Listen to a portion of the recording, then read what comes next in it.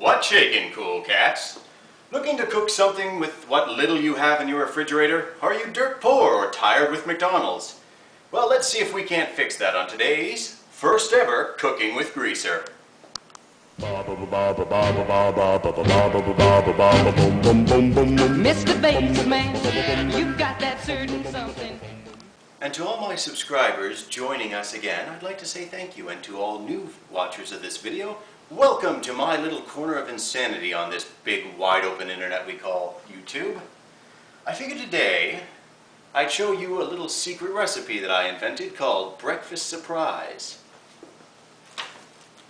But since we're not the least bit full of ourselves in this show, let's call it Greaser's Breakfast Surprise. So what this is basically a dish that's a hodgepodge of anything that's really free in the fridge when you're at the end of the month waiting for the next check to want to come in, or you're between jobs or whatever, just whatever you got going for you and you don't want to spend much. Honestly, the main staples of this are egg, sausage, cheese, potato product. Now, if you're anything like me, you have no formal cooking talent, no training, and you just sort of got fat and learned how to cook.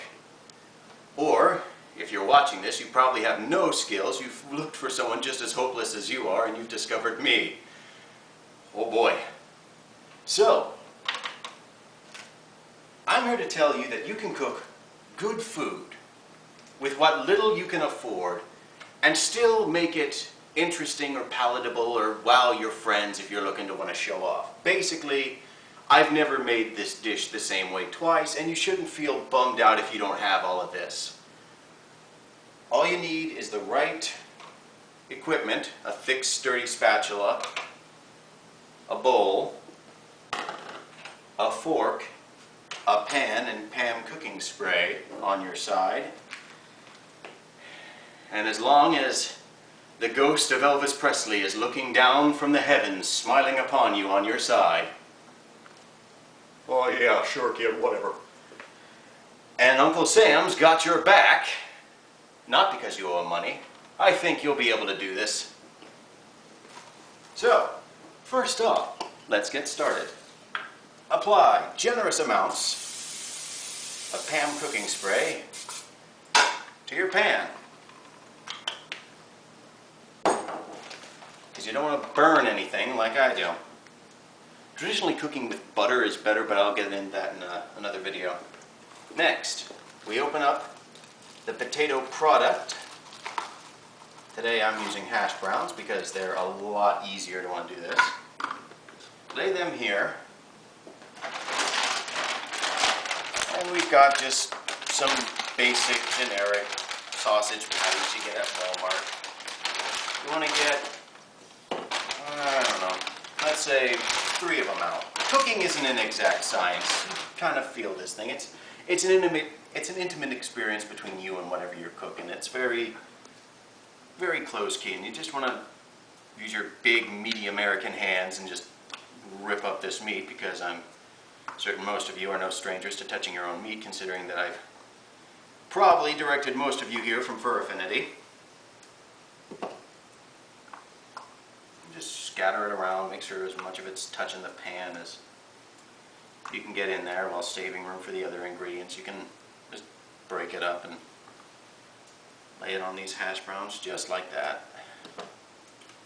And again, you can choose, if you're a vegetarian, hello from whatever country you hail from, to supplement it with tofu, or if you have a different type of meat, you can do that.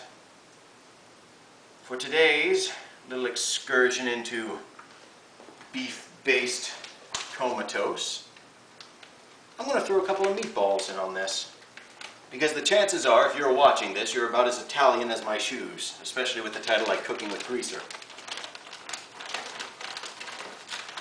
Just a handful of them. They'll be a little treat for whoever you're serving up. I've discovered that primarily this serves about 2 people. Now, I cook hot and fast, so I'm going to take this a little bit beyond medium. Then to add it some color so we can claim that we're eating healthily, just take a handful of diced bell peppers or whatever else you have and just mix it in there.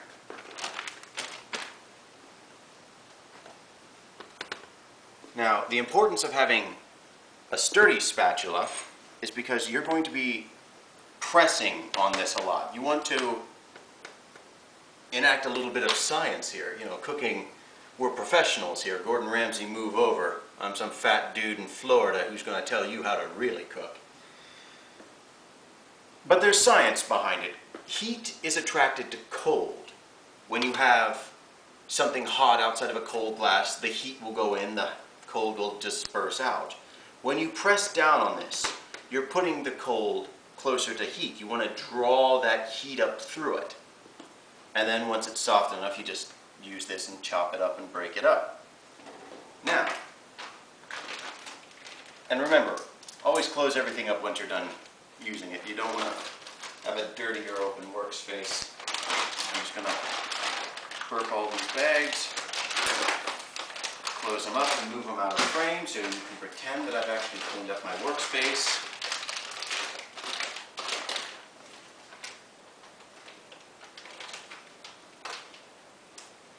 This whole process should take about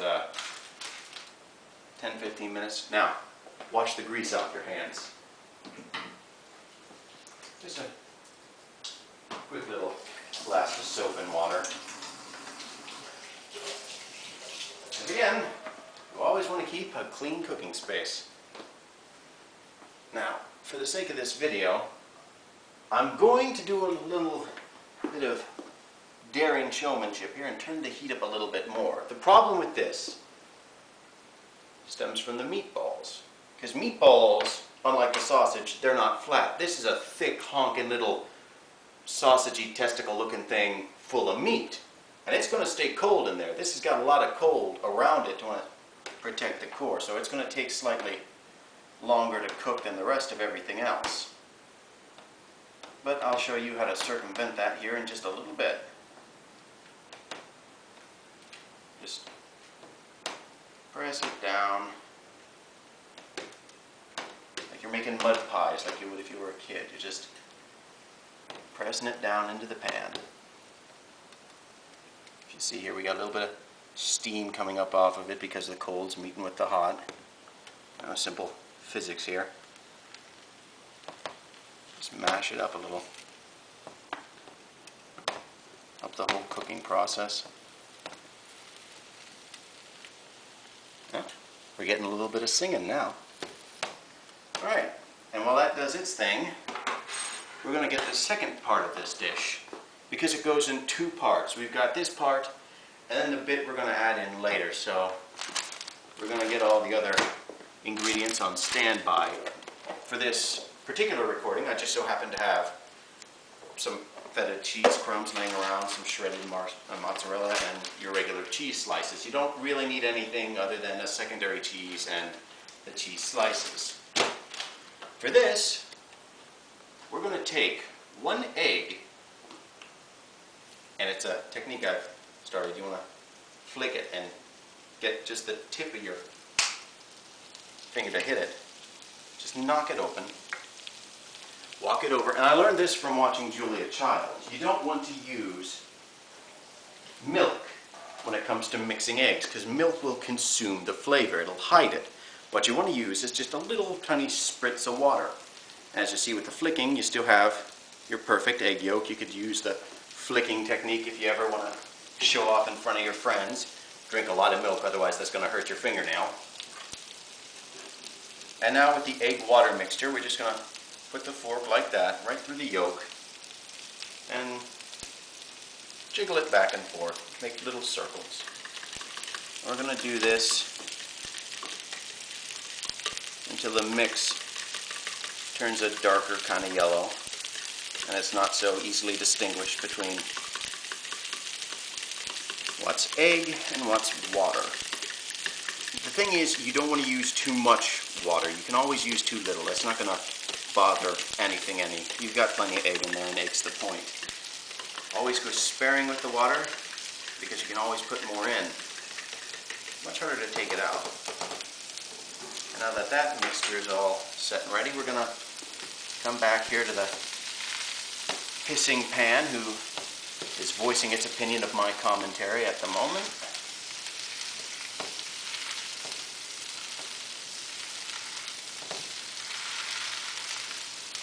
We've got a pretty good amount of steam going off there. Here's the important part for cooking with the meatballs, since they cook slower than everything else.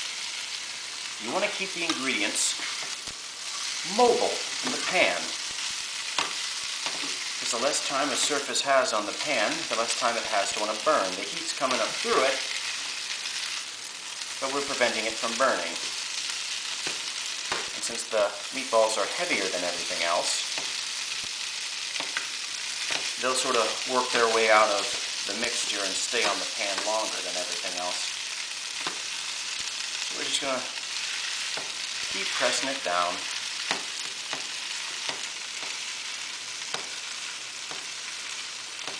Sorry if there's a jump in this, by the way. Having a little bit of issues with our camera. Hopefully everything's alright. You saw the egg water mixture.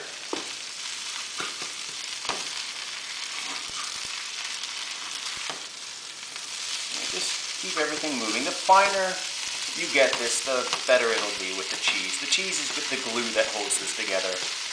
And if you're anything like my sister, who currently has braces, the more kind of mashed it is, the more chopped up and fine the little crumbly potatoes are, the easier it is to want to chew with braces. So I suppose the benefits of this are not only it's cheap and easy to make, and it looks nice, so you can wow your parents or anyone you have coming over with very little, or whatever you might have in the refrigerator, but also it's something tasty you can eat if you have braces. Because I've seen some of the approved things that my sister can eat, and to be honest, I'm surprised people who get braces don't starve to death. Especially in the whopper inhaling good old US of A. Now, I'm going to turn this back to medium a little bit. Cooking hot and fast, you can kind of ease off of it and use a lot of the residual heat in the pan. Now again, don't let it scare you, don't let it startle you if it's making all this noise. That just means it's cooking and you need to keep things moving along. And here, in just a little bit,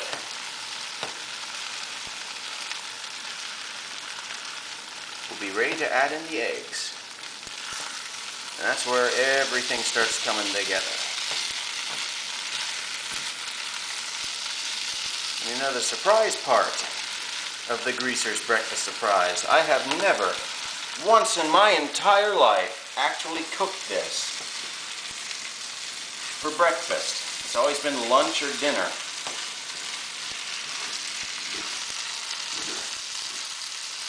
Alright, we're starting to get some brown on this. Now, here comes the part where we show our good old-fashioned ready meat and metal. Pick up one of these little suckers and see if it's hot and ready to go. And I think you want to gauge your addition of the eggs to the cooking of the meatball, because the eggs will just cook a lot faster. So, eggs into the pan. Dogs disrupting the production of this little show, like any professional. Hang on.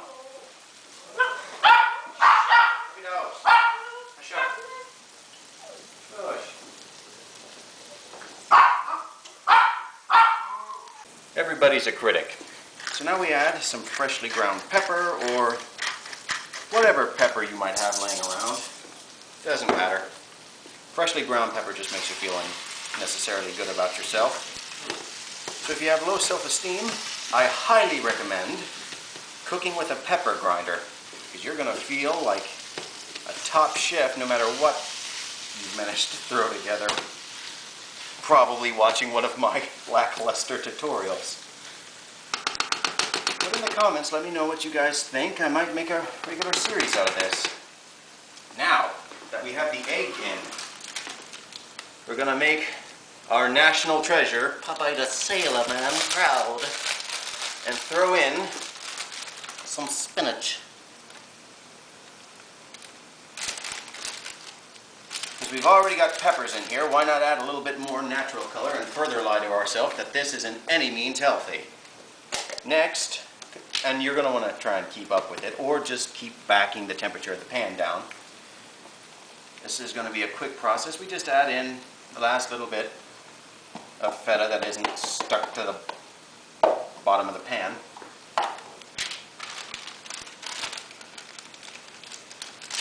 A generous helping of mozzarella cheese or whatever shredded cheese or whatever you have laying around. Now the eggs are adding foundation to this. We're going to give them some reinforcements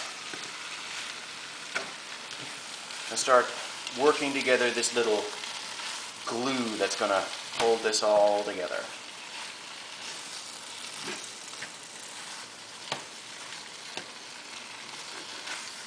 I'd like to think that this dish embodies one of the oldest and truest proverbs. It's not how you look, it's what's on the inside that counts. As I understand, this isn't exactly the most appetizing dish I've ever put together, based on appearance. But I've never had any complaints over it, so again, good low-budget food, tasty, and if you do it right, it might look fancy. I don't know. So now, cheese. This is the home stretch. I'm going to get a little fancy here and try and decorate this little thing. Just tuck it in nice and tight with a little blanket of cheese. Just say, it's okay, buddy. I don't look decent or handsome either. I'll just tuck you in, and maybe when you wake up tomorrow, the fairy that beat you with the ugly stick decided to take the night off.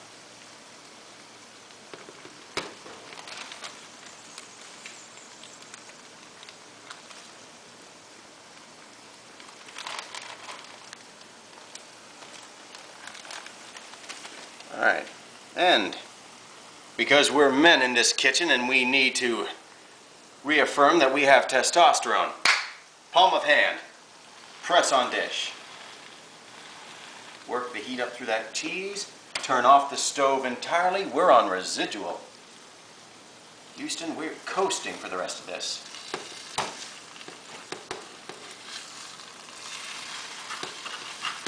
Just chop it up. Again, a sturdy spatula for this because you don't want to break one of those chintzy little things.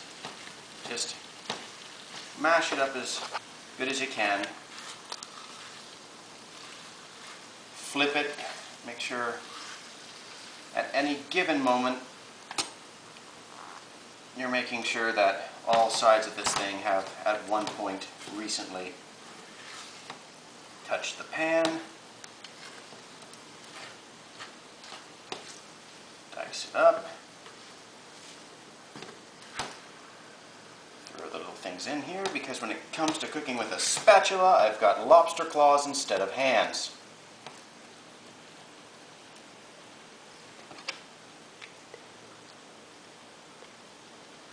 And if you want to further dress it up, you can raid your parents' little cabinet. Pray for a bald eagle to fly from the heavens and drop its gift of parsley onto your meal, ensuring that it at least looks like someone fancy put effort behind it. What do you think, Elvis? Did we do a good job? And here, ladies and gentlemen, is your final product. I'm Juicy Fruit, the Apprentice 225 on DeviantArt, and your favorite low-budget greaser here on YouTube. Wishing you a good appetite, and I'll see you later. Catch you next time.